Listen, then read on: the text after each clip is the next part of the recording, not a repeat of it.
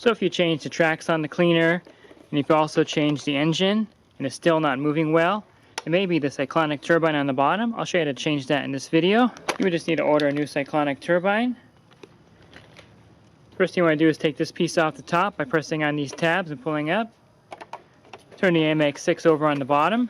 Then you see on the bottom here there's an arrow here and an arrow here on the turbine. Just go ahead and match the arrows up. Now you can get a screwdriver and loosen up the screw that's in there. Just take a screwdriver and loosen up that screw. Again, the arrows need to be aligned for this to work. Just pull this out towards you. And one thing to note is that the screw stays in the turbine itself. And I have the new one here. You see it has a screw here. I'm going to go ahead and spin it for you. Here's the old one. Let me spin it so you can get an idea that it's wearing out. This could cause the cleaner to move really slowly or not move well in the pool. Go ahead and insert the new one in here. Again, line the arrows up. Then you'll take a screwdriver and you'll just tighten this up.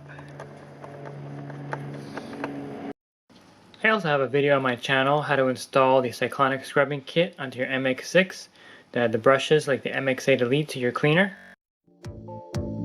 InyoPools.com is a proud sponsor of swimming pool tips and have been helping pool owners find the right pool parts since 2001. With over 50,000 pool parts in stock, order online today and have your parts delivered right to your door.